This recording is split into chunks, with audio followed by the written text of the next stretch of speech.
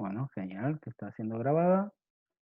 Vamos a compartir pantalla, el PowerPoint que hemos preparado para hoy. Vamos a dar inicio a la clase de Sudeste Asiático, que es el tema a trabajar, Sudeste Asiático precolonial, que junto con Rusia conforman las periferias de las tres grandes espacios geosociales o civilizaciones que estuvimos trabajando: el mundo chino, el mundo indio, o del subcontinente indio, y el mundo árabe, el mundo del Islam, del desarrollo del Islam. Todo lo trabajamos en el periodo previo al siglo XV, a la llegada de los europeos, y justamente este tema, ¿sí?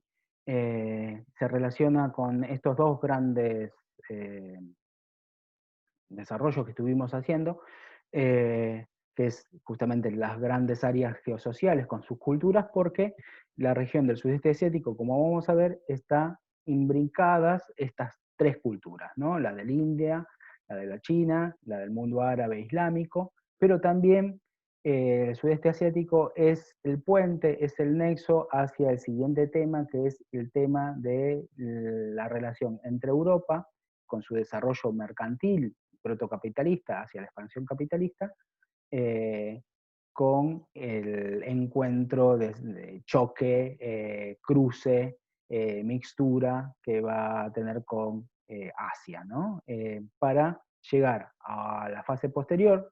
Por eso decíamos que esta clase y la clase que viene empieza a ser justamente un punto de quiebre en la materia, porque lo que vamos a dar más tiempo de desarrollo y abordaje en la materia es justamente el proceso de colonización europea del mundo asiático y el proceso de descolonización.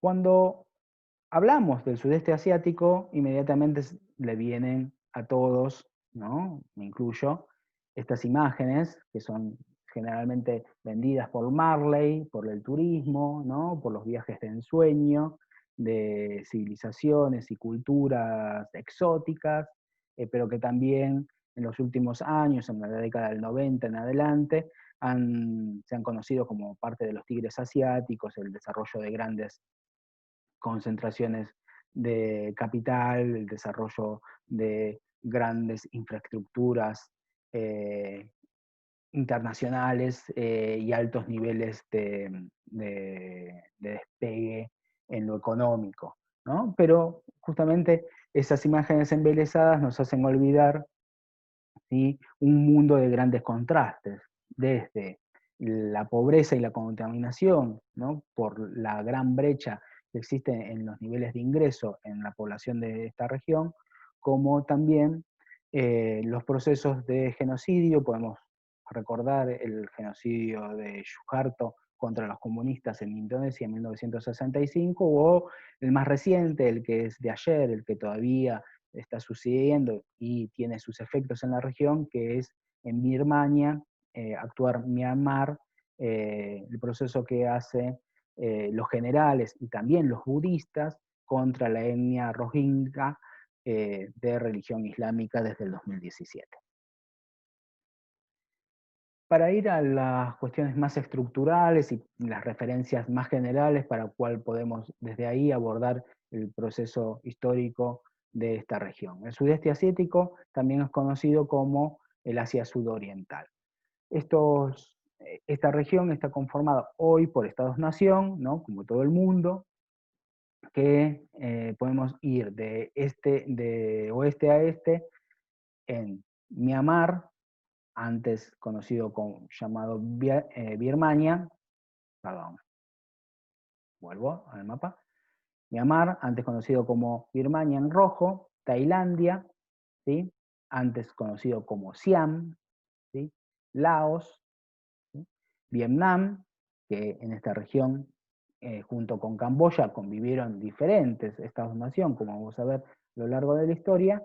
Todos ellos, junto con Malasia y Singapur, conforman la parte de Indochina, ¿no?, lo que se conoce como Indochina, esta gran península de Indochina, la parte continental, ¿sí? Malasia tiene la particularidad de ser un puente entre la parte continental y la parte insular del sudeste asiático, ¿sí? está presente en la península de Tailandia como en la isla de Borneo. Después, justamente en la parte insular, los países que conforman esta región son, lo tienen desarrollado en el mapa, Indonesia, Filipinas, Brunei, el pedacito ese ahí, poquito, mucho más grande el círculo que el país, ¿sí? Por cuestión de desarrollo, y Timor Oriental.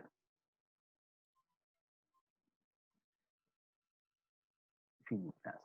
Todos estos países, salvo Timor Oriental, ¿sí? Que no están presentes en esta asociación que tiene poco tiempo, que es la Asociación de Naciones del Sudeste Asiático.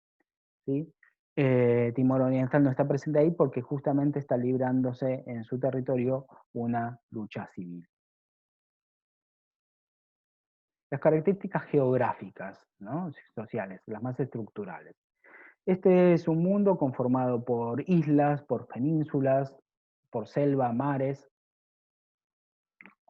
Como decíamos antes, podemos dividirlo en dos grandes espacios. Uno es la parte continental y otra la parte insular o Insulandia.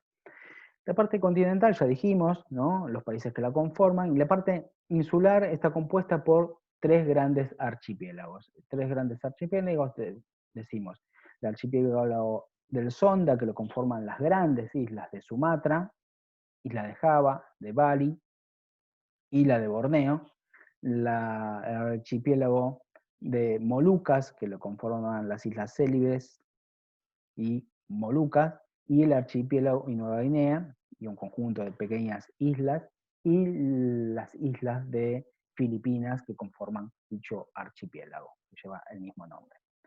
Estas islas y la parte continental está rodeada principalmente, ¿no?, de oeste a este por dos grandes océanos, el Océano Índico y el Océano Atlántico, y en su interior, ¿sí?, también están presentes y bañan sus costas diferentes mares. El mar de Andamán, ¿sí?, el mar tan importante hoy en día por el nivel de conflicto, sobre todo entre Vietnam y China, que es el mar meridional de China, pero también está el mar de las Islas Célebes y otros. Hablamos de masas de agua, ¿sí?, que es importante para la economía, centralmente para el comercio y para la pesca.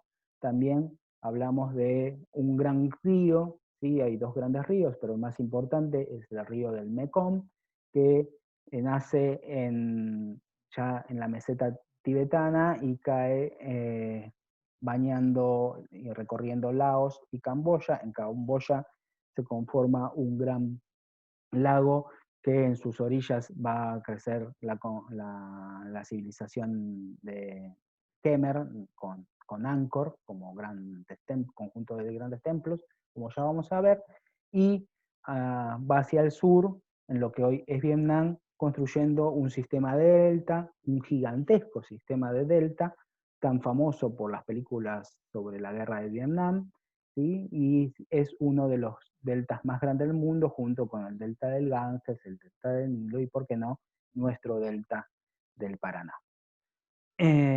Para cerrar este aspecto físico geográfico, es de destacar que en estos lo recorren un sistema montañoso de norte a sur, nace en la meseta tibetana, ¿sí? No sé de dónde nacen las montañas realmente, si tienen un nacimiento como los ríos, pero bueno, podemos decir que nacen o son parte del sistema, derivaciones del sistema tibetano, y toda la costa oriental de Indochina la recorre, ¿sí?, un sistema montañoso que tiene entre 2.500 y 3.000 metros de altura, que divide a Vietnam de Laos claramente, también es famoso por los combates en la guerra de Vietnam, y que en la región insular tiene la particularidad de ser conformado por volcanes en actividad, muchos de ellos, ¿sí?,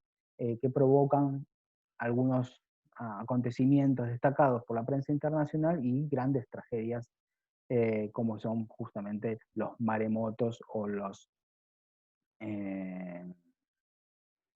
grandes masas de agua moviéndose cuando se produce justamente alguna explosión sísmica, ¿sí? Referente al clima y el ecosistema, ¿sí? Salvo en el norte montañoso, que es frío y húmedo, el resto será guiado por un clima tropical, húmedo, que a la vez va a dar cuenta también de ser una región profunda y densamente tupida por selvas y bosques densos, ¿no? Por los niveles de altas precipitaciones, ¿sí? Durante todo el año, especialmente en la época de los monzones. Como dijimos, en el sur de Asia, en la India más precisamente, está guiada y regida por el sistema de los monzones con su regularidad periódica, ¿no? Las lluvias y los vientos de este a oeste y de oeste a este tienen una regularidad muy marcada durante todo el año, del cual a la vez los humanos necesitan para su cultivo, así como centralmente para el comercio marítimo, del cual dependen antiguamente sus vientos para poder atravesar el Índico y los distintos mares que hemos mencionado. Los monzones a la vez son parte esencial, como sabemos y como vimos con los textos ya del segundo tema de la materia, con Marx, ¿no? De esta economía natural, son la base del sistema de las cosechas, ¿no? Cosechas que originariamente en la región, por ser justamente una región frondosa en cuanto a selva y bosques, necesitaban de ser tumbados esos bosques, quemados, para luego poder tener tierras de cultivo para los arrozales, ¿sí? Arrozales que, a diferencia de lo que vimos en China, son de secos, sin riego. Más adelante van a haber obras de infraestructura, obras hidráulicas, ¿no? En los reinos, perdón, para poder construir así sí un sistema más extenso y regular de cultivo. Decíamos, grandes selvas y actualmente gran proceso de deforestación, ¿sí? Para la extensión de cultivos y también para la exportación de maderas preciosas, y es una zona de altos niveles de contaminación. La superficie del sudeste asiático es de 4 millones de kilómetros cuadrados, en el cual viven 650 millones de personas. La tasa de natalidad y el crecimiento, centralmente en Indonesia, pero también en Vietnam, se está creciendo constantemente y sobre todo en estos últimos años. Es una zona densamente poblada, ¿sí? Sobre todo Indonesia, Filipinas y Vietnam. Ahora bien, esta población, y acá es algo recurrente en lo que decíamos en el resto de las regiones y los espacios geosociales que hablamos, donde a la vez queremos destacar contra la mirada orientalista, hablamos siempre de la diversidad de estas poblaciones. Diversidad en este caso de las lenguas, ¿no? El origen australasio, el origen chino, el origen tailandés, el origen mon, jemer, de las diferentes regiones que se entremezclan y a la vez no es absolutamente homogéneo la primacía lingüística en cada una de estas regiones, porque a la vez hay circulación poblacional, sobre todo a partir del destacado desarrollo económico de los tigres asiáticos, sobre todo de Tailandia, pero también producto de las cruentas guerras internacionales y guerras internas que sufrieron, por ejemplo, Camboya, Indonesia, Vietnam, que también implican un desplazamiento poblacional entre la región, que ha sido constante a lo largo de la historia y mucho más en los últimos tiempos. También hablamos de una diversidad religiosa, ¿sí? Como van a tener que hacer en el trabajo práctico que le propusimos, ¿sí? Y acá lo tienen destacado, las mayorías, no quiere decir que todo lo que está en rojo sea budista, pero la mayoría de la población que habita en esa región destacada en el mapa es de esta práctica religiosa. Vamos a discutir en esta clase qué es el budismo, ¿sí? Cuáles son sus características, sus principios, su origen, su historia.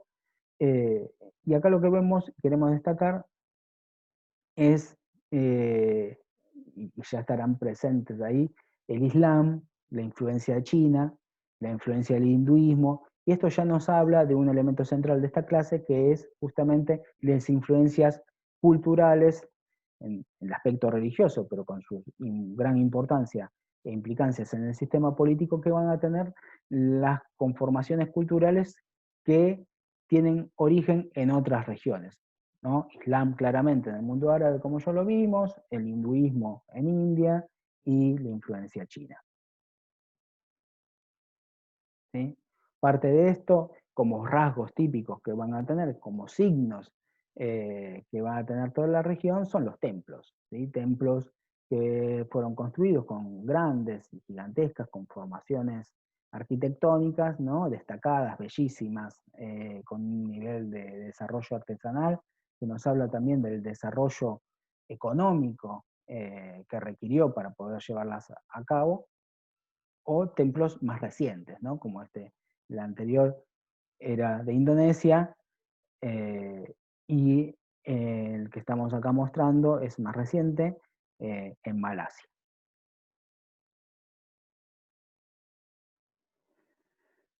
El texto de Wolf, pero también los otros textos, nos permiten empezar a hablar justamente de este mundo precolonial del sudeste asiático, que es una región donde existen tres culturas, las tres influencias que van a tener su impacto en las formas políticas, y a la vez van a ejercer intereses y van a interactuar entre sí.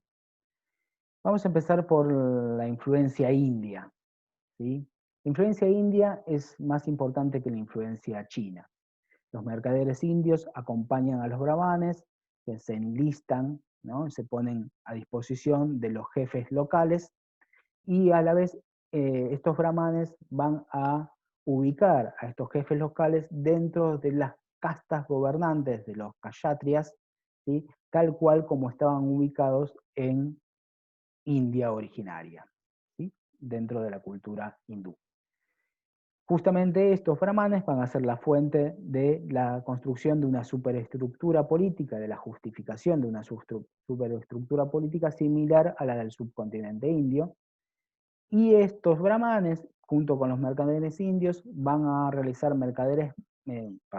van a realizar matrimonios mixtos con los cuales van a promover su influencia, ¿sí? Los indios llegan a la región desde el 200 antes de nuestra era al 200 ya en nuestra era común. Son con grupos colonizadores también que llegan a la vez de mercaderes y se van a establecer en tierra firme y en las grandes islas de Sumatra y Java. Se van a convertir justamente por su rol de comerciantes, pero también por ser suministradores de una cultura más desarrollada que la cultura que existía a nivel local, ¿sí? Van a ser parte de la élite poderosa de la región y van a servir en las cortes de la realeza. Eh, y a la vez van a tener grandes tierras, ¿sí? Van a ir creciendo como terratenientes en la región. Lo que sí es de destacar que esta colonización, esta llegada, ¿sí? De mercaderes y demás, no fue en masa, no fue en grandes escalas, lo que no podemos decir que fue significativamente, por tanto, una colonización. Y esto se demuestra en que la influencia cultural de la India fue muy importante, como vamos a seguir desarrollando, pero no a un nivel tal como para imponer, por ejemplo, un rasgo distintivo de la cultura india, que es el sistema de castas. No existe sistema de casta en el sudeste asiático. Tampoco eran suficientes las redes de comunicación para transmitir justamente culturas enteras, como es la imposición de un sistema de casta. Los comerciantes indios fueron importantes, pero no fueron dominantes, ¿no? Estos estaban asentados en las ciudades, también en las costas, pero no llegaban al interior de las islas, ¿sí? Por ejemplo, la isla de Java o la isla de Sumatra. ¿Cuál es la diferencia entre la influencia china y la influencia india? Los chinos, también comerciantes, igual que los indios que llegan a la región, van a residir en la región ya desde antes de los indios, ¿no? Desde el siglo IV de nuestra era ya existen registros de la presencia china. Pero, a diferencia, no celebraban matrimonios mixtos con la cultura local, ¿sí? Con la población local, y siempre siguieron practicando sus propias costumbres y su propio arte. Nunca tuvieron una influencia, por tanto, significativa en el idioma, en la religión o en el arte de estos eh, eh, reinos que los recibían, ni tampoco centralmente en las instituciones, ¿sí? Su influencia fue más bien política y económica, no cultural como lo fue la influencia india, ¿sí? ¿Por qué política y económica? Vamos a ver, ¿sí? Porque, y no cultural. Primer rasgo, los chinos son etnocéntricos, absolutamente etnocéntricos, y por tanto no se relacionan, ¿no? China es el país del centro, significa justamente ese rasgo, y por tanto no se relacionan con los bárbaros, ¿sí? Y pensaban justamente que los pueblos que habitaban esta región eran los bárbaros del sur, y que su cultura no tenía valor. ¿Sí?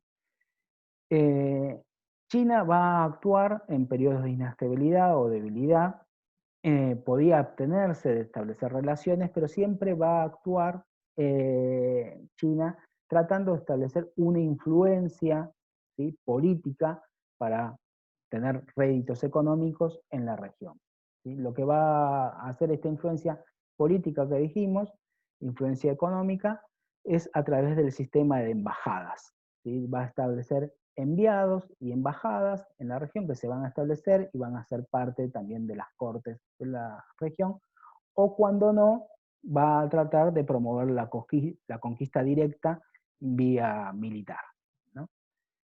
Pero los estados del subcontinente, perdón, los estados del sudeste asiático siempre van a ver a China como la mayor civilización, la civilización militar, la civilización con mayor poderío y la civilización a la cual ellos mismos, los reinos, van a rendir tributo o van a pedir alianzas, ¿sí? La presencia china en la región va a tener mayor influencia y mayor presencia en Vietnam, ¿no? En Vietnam se remota al 179 antes de nuestra era y llega al 938 de nuestra era, casi 1000 años de presencia china. La dominación china comienza prácticamente y concretamente en el año 111, cuando se apoderan de Nam Viet, entonces la región del sur de China, ¿sí? Hoy conforma el sur de China. En ese momento todavía no existía imperio chino, justamente es una invasión y un desplazamiento de población hacia el sur de la China que provoca el desplazamiento del pueblo vietnamita. Lo que justamente se conoce en el sur como Viet, ¿sí?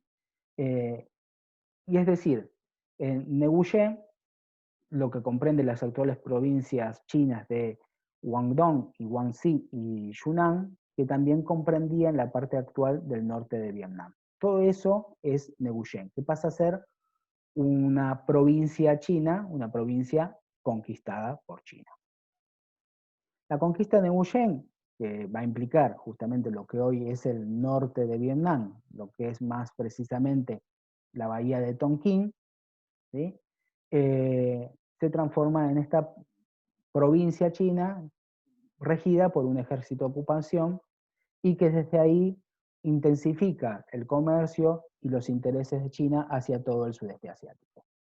Va durante la dinastía Song, Del 420 al 479, la dinastía Sui del 581 al 618, y la dinastía Tang del 618 hasta el 906, ¿sí? Van a enviar misiones tributarias para estimular justamente las actividades comerciales en toda la región, y especialmente a lo que es Tailandia y actualmente Camboya y el sur de la península de Indochina. Luego podrán detenerse ustedes en lo que acá puse en la filmina, que es el origen mitológico y etimológico de Vietnam y de los vietnamitas. Y lo que podemos ver acá en azul, en la imagen a la izquierda, es el intenso tráfico de las rutas comerciales, ¿sí?, que existían desde antiguo, comercio que realizaban los chinos, pero también ya lo realizaban en ese momento comerciantes árabes, ¿sí?, que se encontraban sobre todo en el sur del mar de Andamán, en Malasia y también en Filipinas. El comercio chino va a tener una característica que es el monopolio del comercio por parte del Estado, ¿sí?, y el establecimiento de aduanas para regir ese comercio. A la vez, el Estado chino va, y como pueden ver claramente con el ejemplo de Marco Polo, va a conceder licencias a los comerciantes para comerciar con el poder y bajo la autoridad del emperador chino, ¿no? Y sobre todo en el sudeste asiático se van a construir puertos, centralmente donde van a estar asentados los comerciantes chinos. Comerciantes que justamente lo que comerciaban eran centralmente productos suntuarios, colmillos de elefantes, plata, perlas, incienso, pero también bienes de consumo masivo como es centralmente el arroz, el trigo, etc. Acá lo que tenemos en pantalla es Hoi An, en el centro de Vietnam, cerca de la actual ciudad de Hue, que es una típica ciudad portuaria china en Vietnam. Ya en 1405 a 1431 se van a producir, y esto es importante para la clase que viene, los viajes de Zheng He, no casualmente destacado comandante naval de origen árabe, ¿sí?, que va a realizar para la dinastía china este gran recorrido de diferentes rutas, sobre todo lo que es el mar meridional de China, pero también el Golfo de Bengala, el mar Arábico, o sea, todo el Océano Índico hasta la costa oriental, perdón, de África, ¿sí? Estos viajes van a tener un objetivo de ampliar los vínculos y relaciones comerciales con toda la región y extenderlo mucho más allá, inclusive donde ya tenía embajada el Imperio Chino, para reafirmar su influencia y a la vez para exigir tributos. Zheng He, como vamos a ver, y ya es interesante que lo nombre acá, va a intervenir varias veces porque consigo no va a ser un comerciante con 3 carabelas, sino va a llevar toda una flota, ¿sí?, inmensa, como un poderoso ejército que va a intervenir también para dirimir conflictos locales. Parte de estos justamente conflictos locales es lo que tenían con estados, para establecer justamente estados tributarios, como es el estado que existía en las costas de Annam, que es el pueblo Champa, ¿sí?, donde un elemento central del comercio y del desarrollo de la influencia china tenía que ver con el comercio de la cerámica. Se exportaba desde Cantón, del sur de China, por comerciantes indios y árabes también, ¿no?, bajo licencia del emperador, que cambiaban en otros puertos por mercaderías provenientes de la India o inclusive del Medio Oriente. Parte de este desarrollo de las rutas, ¿sí?, tenían que ver con la conformación de estados, como es el estado de Anán, del pueblo Champa, en el sur de Vietnam, con centros comerciales a la vez que le permitan seguir un circuito donde tenían, por ejemplo, al centro poblacional y comercial de Ayutthaya, en el reino Tai, como centro de redistribución de mercancías, tanto de la India, del sudeste asiático, como de China. Un ejemplo de esto destacado son los jarrones, los famosos jarrones verdes de Celadón, ¿sí? Que es el que tenemos en el centro de la pantalla. Se usaban para los jarrones de Celadón, o más adelante los jarrones típicos o más comunes de ver, que son los jarrones de la dinastía Ming, con su azul, en realidad era más un gris. Eran destacados estos jarrones porque se usaban no solo para almacenar aguas, aceites, vino, miel, sino que se los consideraban sagrados. Y acá tenemos una muestra de la influencia que tenía China para la región y lo que era un parangón para toda la región, pueblos de la región, los productos chinos, ¿no? Y el grado de desarrollo y la importancia de civilización y del emperador chino. ¿Por qué? Porque tenían este papel sagrado, mágico, ¿no? Que eran inclusive el lugar de vivencia de espíritus y la comunicación directo con los espíritus, ¿no? Los jarrones, por ejemplo, se usaban, se ponían ahí bebidas para detectar si había venenos en estas bebidas antes que lo tomen los reyes o en la corte. También era un símbolo de riqueza y muchas veces se fragmentaba esta cerámica para decorar palacios y templos, como lo que tenemos acá, el templo de Aurum, que es el templo del amanecer, en la costa del río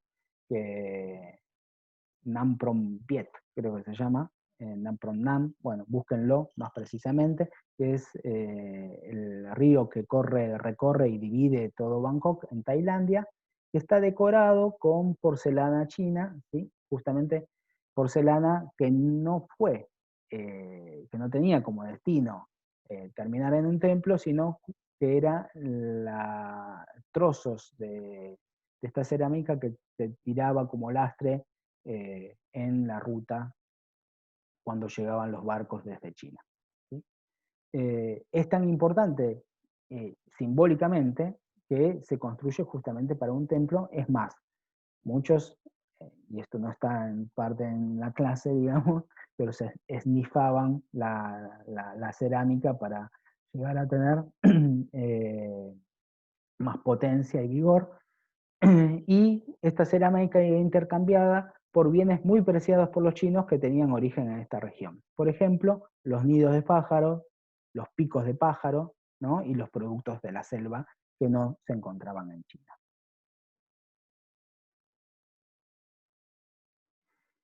La presencia de China es importante hasta el día de hoy. Hablábamos de Tailandia, justamente el barrio chino tailandés en Bangkok es gigantesco, ¿sí? Y es una presencia que sigue teniendo mucha importancia en la actualidad y que va a ser en toda la región y va a ir mucho más allá de la región, ¿no? Los famosos chinos del mar. Volvamos a la influencia india. La influencia india va a estar presente centralmente por el carácter de la transmisión cultural del hinduismo y también del budismo, y que va a conformar la imaginación, las formas de representación del ver el mundo, la cosmovisión de la aristocracia y la corte en estos pueblos. El sánscrito va a ser el idioma original, ¿sí? Que se le va a dar y se va a imbricar con el vocabulario religioso, social y técnico, y va a estar presente también en los alfabetos del tailandés, del birmano, del khmer. Las epopeyas hindúes, como es la que está presente en este mural de Angkor Wat, va a ser los temas centrales con los cuales se van a representar la imaginación, pero también el sentir, y se van a ver reflejados en esas epopeyas hindúes los propios reyes, como vamos a ver, pero también van a dar los temas de la danza, los temas de los dramas, ¿sí? También la influencia india se va a reflejar en el derecho hindú. Las leyes de Manu van a ser de Manu, que tienen origen en el siglo III antes de nuestra era, se van a adoptar como marco codificado, ¿sí? El uso de la ordalía, por ejemplo, ahí presente, que es justamente probar la culpabilidad poniendo la mano sobre el fuego. Si te quemabas era porque eras culpable. Una forma muy racional de cómo demostrar la culpabilidad de alguien. Pasan a ser parte de la legislación y la forma de brindar justicia, si tiene forma de brindar justicia a esto, y también son parte del sistema administrativo, pero no de los administradores. Los indios dan el sistema administrativo, pero no son los que administran justicia. El sistema político en la influencia india se va a demostrar cuando se combinan justamente las creencias de la jefatura divina con la forma de gobierno. Esto está representado en esta imagen por justamente las estatuas, ¿no? Se trata de Vishnu y de Gadura en Indonesia, en Bali, o el emblema que hasta el día de hoy se usa como el emblema nacional tailandés, tiene su origen en estas divinidades hindúes, ¿sí? ¿Por qué? Porque los dioses, ¿sí?, a la vez en estas culturas eran los mismos reyes. O sea, los reyes toman de las deidades hindúes su forma de representarse a sí mismos, ¿sí? Los reyes eran reyes divinos, ¿sí? Y ocupaban el centro del sistema político, el centro del palacio.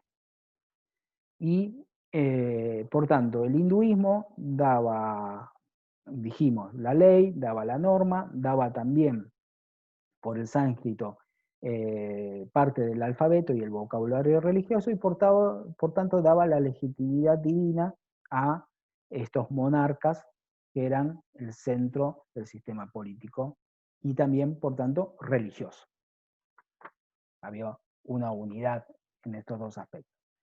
Alrededor del rey estaba la corte, alrededor de la corte estaban los criados, alrededor también de la corte estaba la parentela, sirviendo a la corte estaban los artesanos y los especialistas en los ritos, también los oficiales, la aristocracia guerrera, y más allá de la corte, más allá del palacio, estaba el mundo de los vasallos y también de los aliados, ¿no?, a los cuales no eran parte de esta población, sino eran otros pueblos a los cuales se les cobraba tributo y se le pedía apoyo y se le brindaba apoyo si era necesario.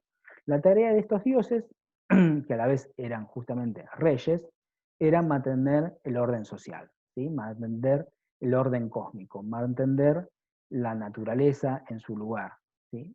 Estos eran centralmente, y el dios que más tomaban de la mitología y del sistema de deidades y representaciones hindúes era nada más ni nada menos que Vishnu, ¿sí?, que es a la vez el matador, ¿no?, de los demonios, es a la vez el dios protector y es el dios custodio del cosmos.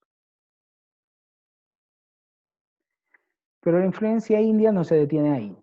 Llegamos a la influencia budista, ¿sí? La influencia budista se va a mixturar, se va a juxtaponer con la influencia hindú, ¿sí?, sobre todo en los reyes de Java y los reyes de Camboya, que eran bodhisattvas de Buda. ¿Qué significa ser bodhisattva de Buda?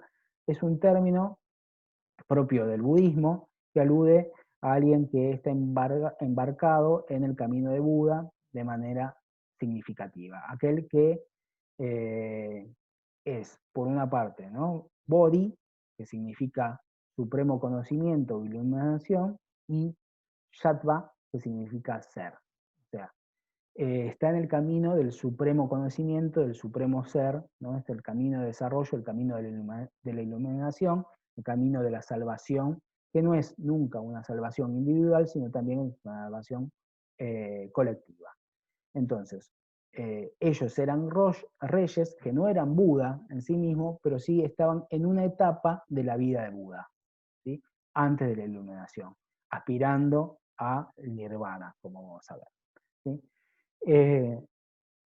No cambian el exterior, sino que cambian lo exterior de cada uno. El amor, el sacrificio, la compasión. El despertar del body, justamente de la mente, es una idea aproximadamente mesiánica, ¿sí? Esperando el Mesías en cuanto al Salvador, que va a establecer el orden en el universo y rechazar las fuerzas del mal, ¿no? El rey, que a la vez era un dios, que era Vishnu, ahora bien, en la influencia budista, ¿sí? No deja de ser Vishnu, pero a la vez es Buda, en su representación budiyativa. Retrocedan el video, vuelvan sobre el video, que van a tener la explicación. ¿Sí? Estos dioses, reyes, budas, van a estar representados muchas veces en estatuas que son gigantescas estatuas, que a la vez son retratos de ellos. ¿Sí? Acá tenemos el templo de Bayón, que tiene nada más ni nada menos que 24 torres, 54 torres, ¿sí? Y en cada una de sus torres, en sus 4 lados, tienen una imagen de Bodhisattva, que es a la vez la imagen de este Dios Rey que nos mira, porque la potencia de este templo es que nos está mirando constantemente, ¿no? Es el gran hermano Bodhi. Estos retratos de reyes divinizados, justamente en Camboya, pero que también se van a repetir en la isla de Java, ayudaban al alma a liberarse del ciclo de reencarnaciones eternas y a la vez eran un culto al antepasado de estos mismos reyes.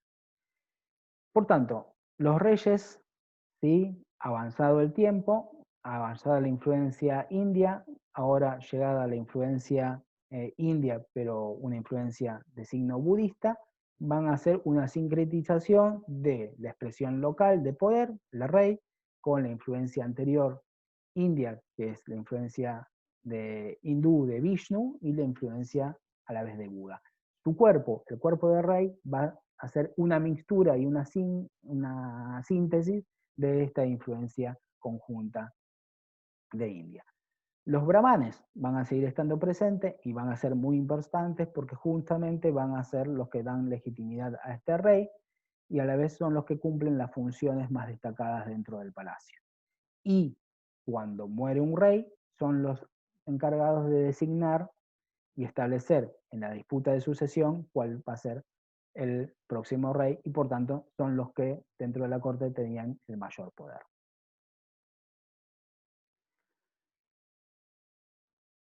Estos reinos conforman grandes unidades políticas y sociales que obviamente están en un grado de desarrollo muy superior a la aldea y obviamente a la tribu. Van a tener grande cantidad de excedente que le van a permitir construir grandes obras hidráulicas como también grandes templos, ¿no? Gigantescos templos. Acá tenemos el templo de Borobudur en Indonesia, un templo de 400 metros cúbicos de piedra que requirió su construcción, que está a las faldas de un volcán, y es mayor inclusive que el templo de Angkor Wat en Camboya, que ya vamos a ver imágenes, ¿no? Tengamos en cuenta una cuestión importante. Esto requirió una gran movilización de mano de obra, ¿sí? Ahora bien, estos templos, ¿sí? Que no tienen una retribución tan inmediata como es la expansión de la riqueza, que puede ser la expansión de los cultivos de una obra hidráulica, también significaban justamente no solo un testimonio de la fe de estos pueblos y sobre todo la fe del monarca, sino también de la situación religiosa de estos pueblos. ¿Por qué? Porque construir un templo significaba para la población participar en una ceremonia religiosa, participar en la mejora del karma y por tanto garantizar un bienestar para sí mismos, para los que lo rodean, mejorar la espiritualidad propia, como mejorar la espiritualidad del reino.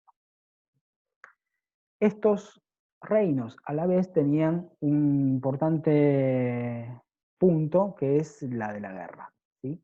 Eran reinos que estaban en constante tensión entre sí, donde la influencia india también se va a representar en esta comprensión mágica y religiosa de la guerra, donde es un deber del noble, un deber del rey, aplastar al enemigo, ¿no? Por tanto, se van a crear grandes ejércitos, grandes flotas para llevar adelante políticas expansionistas. Políticas expansionistas que, volvamos a la segunda clase, no tienen un objetivo exclusivo de avanzar sobre el enemigo, avanzar a favor de la fe, sino obviamente conquistar tierra, conquistar fuerza de trabajo, conquistar tributo, ¿sí?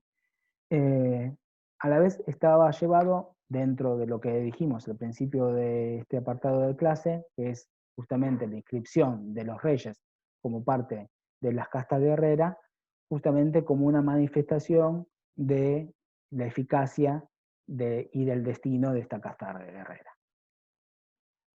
El objetivo de los reyes, mediante esta interpretación del hinduismo, era imponer una monarquía universal. De ahí volvemos a esta imagen del rey Buda y Vishnu mirando a los 4 puntos cardinales, era una intención también de avanzar en la conquista y en la ampliación territorial ambiciosa imperial de conquistar los 4 puntos cardinales. Por tanto, este elemento de la guerra nos va a llevar a un elemento compartido por toda la historia de este mundo, de esta región, que da cuenta de grandes reinos, pero grandes reinos que van a ser inestables y van a ser tendientes a la desintegración, no solo por rivalidades dinásticas, rebeliones de señores locales y por rebeliones también de la población, por la ambición de poder de los reyes y de cobrar más tributos, sino también por las peleas constantes que va a existir entre estos reinos y pueblos. Las imágenes que siguen van a ser las imágenes de Angkor, ¿sí? Ahí tienen más detalle sobre la construcción de Angkor, ya lo tuvieron que hacer también como parte, o lo van a hacer como parte del trabajo práctico. Angkor es un complejo de grandes templos, de grandes construcciones, de grandes estatuas, que se hacían todas ellas de piedra. Muchas de ellas también, las construcciones de los techos eran de madera o de ladrillo, ya no existen esos techos, por tanto no existe esa magnificencia que podían tener de origen. ¿Sí?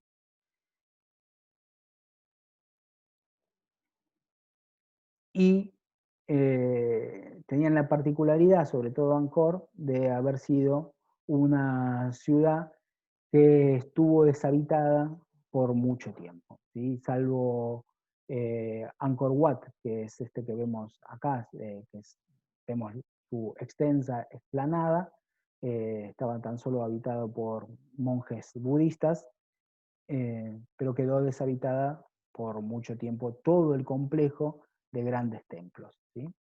Un conjunto de gigantescos templos.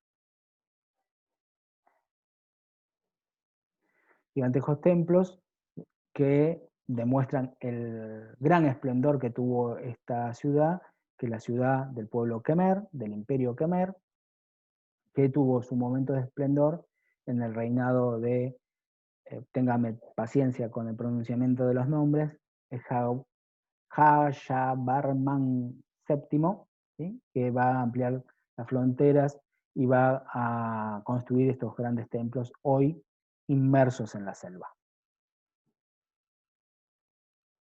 Y acá vamos a empezar la segunda parte de este video.